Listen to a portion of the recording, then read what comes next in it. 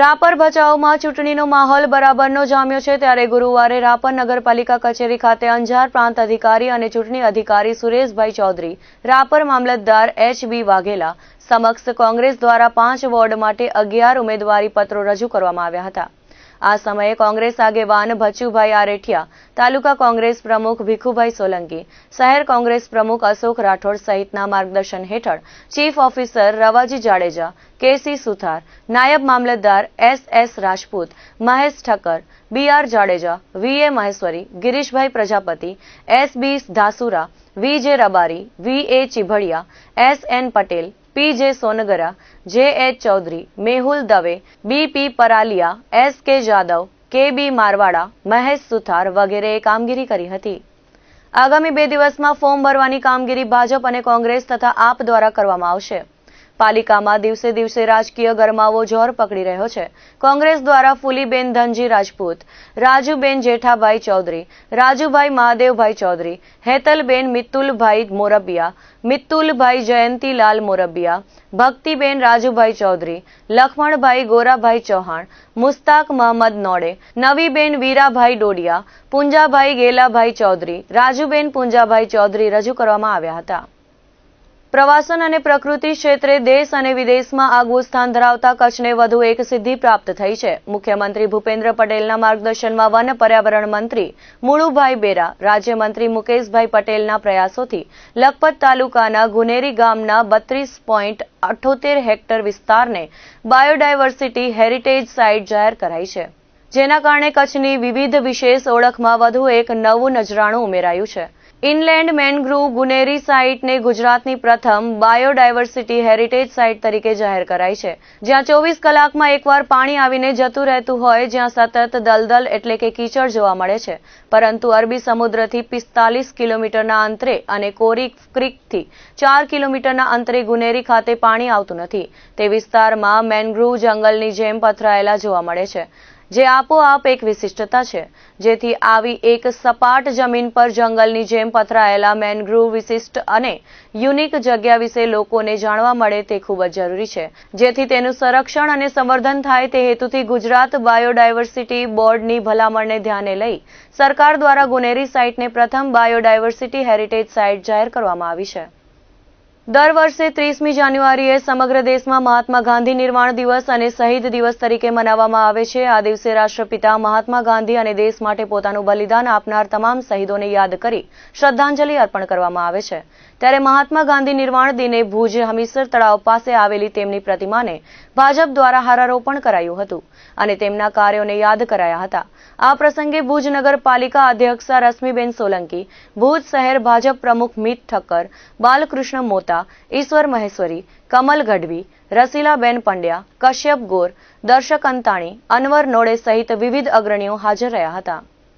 આજ રોજ રાષ્ટ્રપિતા મહાત્મા ગાંધીને 77મો નિર્માણ દિવસ છે, એમની આજે પ્રતિમાને હારારોપણ કરવામાં આવ્યું। ભુજ નગરપાલિકાના કાઉન્સિલરો, શહેર સંગઠનના પ્રમુખ શ્રી મિતભાઈ ઠક્કર, સર્વ હોદ્દેદારો સાથે મળીને એમની પ્રતિમાને હારારોપણ કરવામાં આવી છે। તો ગાંધી નિર્વાણ દિને ભુજના હમીરસર તળાવ પાસે આવેલી તેમની પ્રતિમાને કોંગ્રેસ દ્વારા હારારોપણ કરાયું હતું। આગેવાનો દ્વારા હારારોપણ કરીને તેમના કાર્યોને જીવનમાં ઉતારવા કહ્યું હતું, સાથે આગેવાનો દ્વારા હારારોપણ કરી શ્રદ્ધાંજલિ આપી હતી।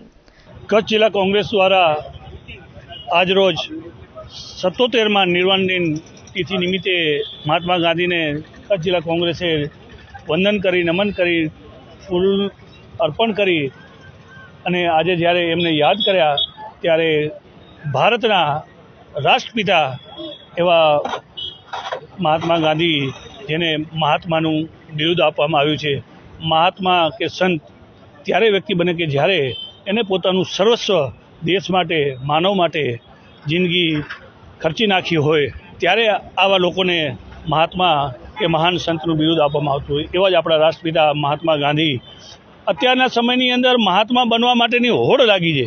આપ સૌ જોવો છો ત્યારે કે થોડાક દેશની અંદર થોડાક પદો લઈ અને પોતાને વૈશ્વિક માનવી લેખાવા માટે લોકો વલખા મારતા હોય છે, પણ એ નથી જોતા કે એના માટે તમારે પોતાને આપને ખર્ચવો પડે, પોતાની જિંદગી હોમવી પડે। આ એ જ મહાત્મા છે, એ જ રાષ્ટ્રપિતા જે આપણા જ્યારે દેશની અંદર ગરીબાઈ હતી, દેશની અંદર કપડો પણ પહેરવા નહોતો, ત્યારે પોતાના કપડાનો ત્યાગ આ બેરિસ્ટર જેવો માણસ એને જ્યારે દેશની અંદર જે હાલત જોઈ અને ત્યારે એને પોતાના તમામ વસ્ત્રો કે આજથી હું જ્યાં સુધી મારો દેશ આઝાદ નહીં થાય, મારા દેશની જનતા પૂરતા કપડાં, પૂરતું ભોજન, પૂરતું સ્વાસ્થ્ય અને પૂરતી સુવિધાઓ નહીં મળે ત્યાં સુધી હું મારા ઉપર એક જ કપડે હું રહીશ, આવું જ એને જીવન જીવ્યું હોય એવા વ્યક્તિઓને આજે નિર્વાણ તિથિ નિમિત્તે અમે સૌ કોંગ્રેસીઓ એમને નતમસ્તક નમન કરી અને એક નેમ લઈએ છીએ કે જે દેશની અંદર તાઇફાઓની સરકાર છે કે જે ગરીબો ઉપર અત્યાચારો થઈ રહ્યા છે, ગરીબોના ઘરો તોડવામાં આવે છે, ગરીબોની ઝૂંપડપટ્ટીઓ તોડવામાં આવે છે, એના વ્યવસાયોને તોડવામાં આવે છે. આપ જોવો છો આવે દિન લોકો રસ્તા ઉપર આંદોલન કરે છે કે હમણાં જ કાલના જ કિસ્સાઓ જુઓ કે જે કચ્છની અંદર જખૌનો હોય, દરિયા કિનારો હોય કે અમદાવાદની અંદર જે લોકોના વેપારીઓના જે વેપાર ધંધાઓ જે એને વગર નોટિસે, વગર વ્યવસાય, વૈકલ્પિક વ્યવસાય તોડી નાખવામાં આવ્યા હોય, ત્યારે આવા લોકો, આવી સરકારો લોકોને માનવતાની ધોરણે નહીં પણ પોતાના દમનકારી નીતિથી જ્યારે હેરાન કરતી હોય ત્યારે આજે રાષ્ટ્રપિતા મહાત્મા ગાંધીજીને અમે યાદ કરી અને એમને જે સંઘર્ષ કરેલો છે એમનામાંથી અમે પ્રેરણા લઈ અને હર હંમેશ કોંગ્રેસ લોકો માટે લડતી રહેશે એવી એક નેમ વ્યક્ત કરી છે. મુન્દ્રામાં માર્ગ સુરક્ષા સપ્તાહની ઉજવણી અન્વયે ટ્રાન્સપોર્ટરોની બેઠક યોજાઈ હતી. બેઠકમાં આરટીઓ વિભાગ અને મુન્દ્રા પોલીસના અધિકારીઓએ ટ્રાફિકને લગતા નિયમો અંગે માહિતી આપી હતી. આરટીઓના AR પટેલે જણાવ્યું હતું કે અકસ્માતોનું પ્રમાણ વધે છે અને ચિંતાજનક છે. વાહન ચાલકોએ જાગૃતિથી વાહન ચલાવવા અનુરોધ કર્યો હતો. લાયસન્સની અવધિ જોઈ તેને રિન્યૂ કરાવવું જોઈએ. મુન્દ્રા તાલુકા કોંગ્રેસ પ્રમુખ વિરમ ગઢવીએ જણાવ્યું હતું કે મુન્દ્રાની આજુબાજુ રોજના હજારો ભારે વાહનો પસાર થઈ રહ્યા છે અને જીવલેણ અકસ્માતોનું પ્રમાણ વધ્યું છે. હાઈવે પેટ્રોલિંગ વધારવા અને પોલીસ તેમજ આરટીઓ વિભાગમાં સ્ટાફ વધારવા રજૂઆત કરી હતી. મુન્દ્રા પોલીસ મથકના PSI DJ ઠાકુરે ટ્રાફિકને લગતા હેલ્મેટ ફરજિયાત પહેરવા, બાળકોને વાહન ચલાવવા ન આપવા, સીટ બેલ્ટ પહેરવા, પૂર ઝડપે વાહન ન ચલાવવા સહિતનું માર્ગદર્શન આપ્યું હતું. PSI VN ચાવડાએ માર્ગ સુરક્ષા સપ્તાહ ઉજવણી અંગે માહિતી આપી હતી. તો દર્શક મિત્રો, આ હતા અત્યાર સુધીના સમાચાર. ફરી મળીશું નવા સમાચાર સાથે, નવી અપડેટ સાથે. ત્યાં સુધી મને રજા આપશો. નમસ્કાર.